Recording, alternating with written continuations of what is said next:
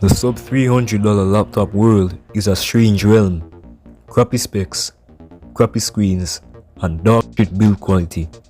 But I own one of these laptops, and over time, it has transformed into complete e-waste. My friend and I tried to make it usable, but it went horribly wrong. You don't want to miss this. It's a Lenovo IdeaPad 1118805 from 2020. The specs are absolutely abysmal, with 4GB of solid RAM, 64GB of solid eMMC storage, and an AMD Athlon Silver 3050U. This laptop isn't winning any awards for performance. This is what Fortnite looks like when running directly on it.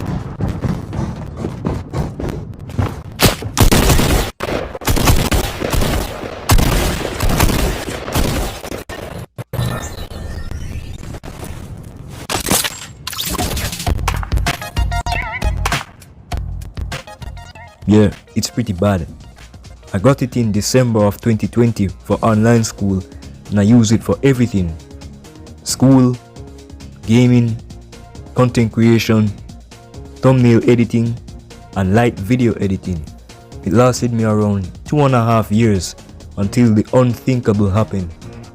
I was trying to log into Windows one night, but it was frozen and wouldn't proceed. So I held down the power button in an effort to restart it, but the worst outcome happened. I was brought to a boot menu screen, and there were two options: Windows Boot Manager and 32GB unknown eMMC. Selecting either one of the options would just instantly bring me back to the boot menu. Pressing escape to exit just brought me back to the boot menu. The eMMC storage inside this laptop had died. My laptop had just become a paperweight overnight. So I opened it up. Look at these internals. Fully solid RAM, no drive slot, not even a SATA slot or an M2 SSD slot. With the default configuration, there is no way to upgrade this laptop. I looked at the motherboard, and there is a space to solder an NVMe slot. Someone on Reddit actually did it, and NVMe SSDs do work in it. But do you really think the average person who buys these laptops will solder on a whole slot just for more storage? That's what I thought. I practically had no use for the laptop, so I put it away and let it sit for about 2 years, until I had an idea. My friend came to school with a similar looking IdeaPad. Let's call him Jack. Jack's model is an older model, an IdeaPad S130 11IGM. Its specs are worse than mine, with only 2GB of RAM, an Intel Celeron N4000, and 32GB of eMMC storage.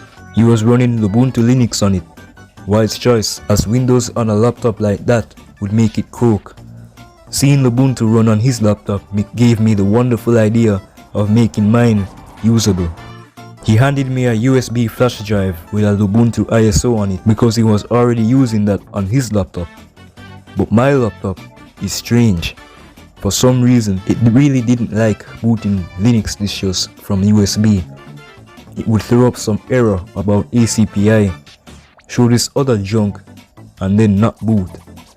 But then Jack had the bright idea to change the BIOS mode from UEFI to legacy support. Little did I know, this one change would cost me. Once I changed it, Ubuntu's boot menu opened in a fancy interface, which showed off a toggle for more options, whatever that meant. I looked inside, and there was a setting called ACPI off. I thought that since the system would always complain about ACPI, I thought disabling it would take me further. I clicked Start Ubuntu, and to my surprise, the OS actually started booting. I didn't believe only one simple toggle was the cause. After a short while, it actually reached the Ubuntu desktop. The only problem I was facing here was that my touchpad wasn't working. I instantly opened the installer to see if it was just the laptop taking or if I could breathe new life into it. But there was a huge problem. The only storage device that appeared was the USB I was booting off of, and since you can't install the OS to the drive you're booting from, I wasn't able to proceed. This meant that the eMMC truly wasn't being picked up. So once I got home, I took my own USB flash drive and started cooking. Using a rooted phone and an app called Drive Droid, my phone can act as a bootable flash drive, which I can use to install OSs. So I used my phone to boot Debian 12's net installer, and I attempted to install Debian to the flash drive. My thinking process was that if I could install Debian to this flash drive, I could just run the whole laptop off the flash drive and then it would be usable. But this flash drive is small, really small, 2 gigabytes. That's not even enough to install a modern OS, but I tried it anyway.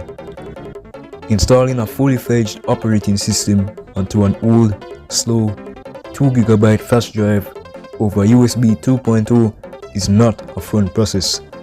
It was taking ages and the USB was blinking away, slowly dying inside. The installation eventually failed, but I lost that footage. I wasn't ready to give up yet, so I had another idea. I researched lightweight Linux distros that could run entirely off of RAM and eventually stumbled upon Puppy Linux. Puppy Linux is a family of lightweight Linux distributions that focus on ease of use and minimal memory footprint. So I went over to the computer with the flash drive and tried to flash Puppy Linux to it. My first choice was using Balena Etcher with Linux. Completed the flashing very quickly, but trying to actually boot into Puppy resulted in a strange screen that I couldn't get past. So I had to boot into Windows and use Rufus to make the bootable drive. It took upwards of an hour, but once it was done, I booted into it. It was actually working. It started copying OS files to RAM, and soon I reached the desktop. Then I unplugged the flash drive, and the system kept working. I could still open apps and use the computer. The only catch was that because everything was stored in RAM, once the computer was powered off, all changes I made would be erased. So I started using the laptop. I used it for listening to music, flashing phones, and debloating phones. But then I had an idea, possibly the worst idea yet.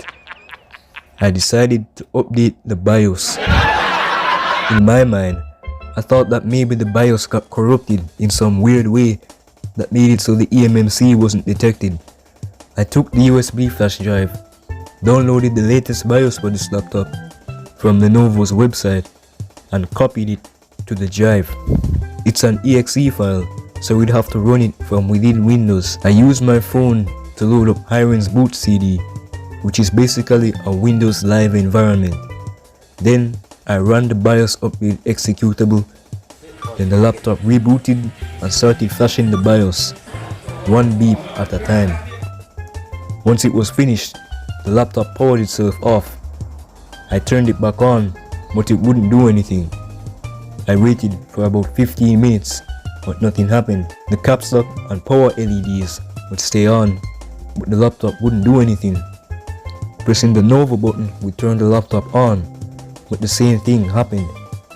I even brought it home and tried connecting it to an external monitor, but still no dice.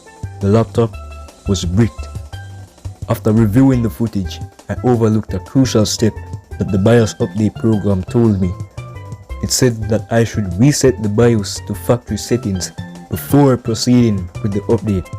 I had overlooked this message.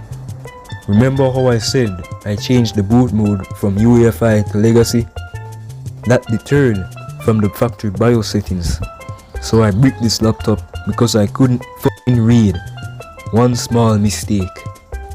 I even took the CMOS battery out and let it sit for half an hour. I put it back in and the laptop was completely dead. All of this happened because Lenovo couldn't bother to put an M2 slot or SATA slot on this laptop. It was designed to be thrown out. If you made it this far, that means you enjoyed the video.